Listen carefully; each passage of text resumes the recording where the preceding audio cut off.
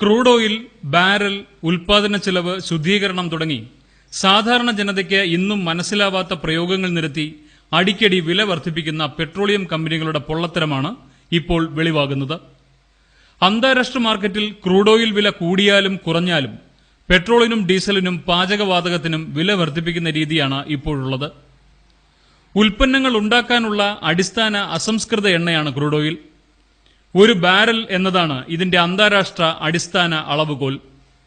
158.99 ലിറ്ററാണ് ബാരലിൽ ഉള്ളത്. ഇതിന്റെ ഇപ്പോഴത്തെ മാർക്കറ്റ് വില 5170 രൂപ. ഒരു ബാരൽ ക്രൂഡ് ഓയിൽ സംസ്കരിച്ച് വിവിധ ഉൽപ്പന്നങ്ങളാക്കാൻ വേണ്ട ചിലവ് 1 ലിറ്ററിന് വെറും 52 പൈസയാണ്. അതായത് സംസ്കരണ ചിലവ് കൂട്ടിച്ചേർത്താലും ബാരലിന്റെ വില 5252 രൂപ മാത്രം. Petrol, diesel, jet fuel, furnace oil, ദ്രവവാതകം, സ്റ്റിൽ ഗ്യാസ്, കരി, ബിറ്റുമിൻ, മണ്ണെണ്ണ തുടങ്ങി നിരവധി ഉൽപ്പന്നങ്ങൾ ഓരോ ബാരലിൽ നിന്നും ഉൽപ്പാദിപ്പിക്കുന്നുമുണ്ട്. മറ്റൊരു കണക്ക് കൂടി ശ്രദ്ധിക്കുക. ഒരു ബാരൽ ക്രൂഡ് ഓയിൽ 158.99 ലിറ്ററാണെങ്കിലും ഉൽപ്പന്നങ്ങളായി കഴിയുമ്പോൾ അത് 167 ലിറ്ററായി വർദ്ധിക്കും. അതായത് 8.32 ലിറ്റർ കൂടും. സംസ്കരണ നേട്ടമെന്നാണ് ഇതിനെ പറയുന്നത്. ഇനി ഉൽപ്പന്നങ്ങളിൽ നിന്നുള്ള വരുമാനം കൂടി ശ്രദ്ധിക്കുക. പുതുക്കിയ പെട്രോൾ വില അനുസരിച്ച് ഒരു ബാരലിൽ നിന്നും ലഭിക്കുന്ന 73.81 ലിറ്റർ പെട്രോളിന് 5502 രൂപ ലഭിക്കും. ഓരോ ബാരലിൽ നിന്നും ലഭിക്കുന്ന ഡീസൽ 34.82 ലിറ്ററാണ്. നിലവിലെ വില അനുസരിച്ച് 1532 രൂപ ലഭിക്കും. വിമാന ഇന്ധനത്തിന് 15.5 ലിറ്ററിന് 905 രൂപ വരുമാനം ലഭിക്കും.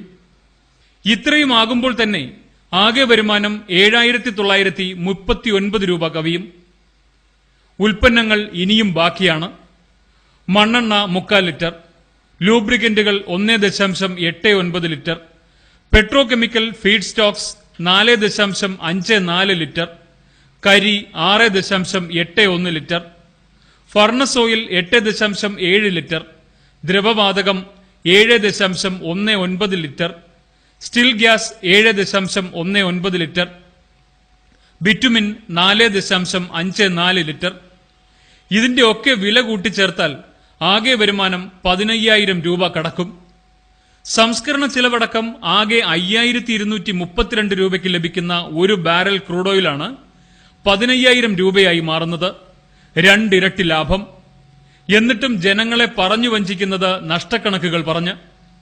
കഴിഞ്ഞ സാമ്പത്തിക വർഷം ഇന്ത്യൻ ഓയിൽ കോർപ്പറേഷൻ 10,091 കോടിയും ഭാരത് പെട്രോളിയം 1700 കോടിയും ലാഭമുണ്ടാക്കിയെന്ന് ഈ കമ്പനികളുടെ സാമ്പത്തിക രേഖകളും ഓഹരി വിപണി മൂല്യവും കണക്കിലെടുത്താൽ വ്യക്തമാവുകയും ചെയ്യും.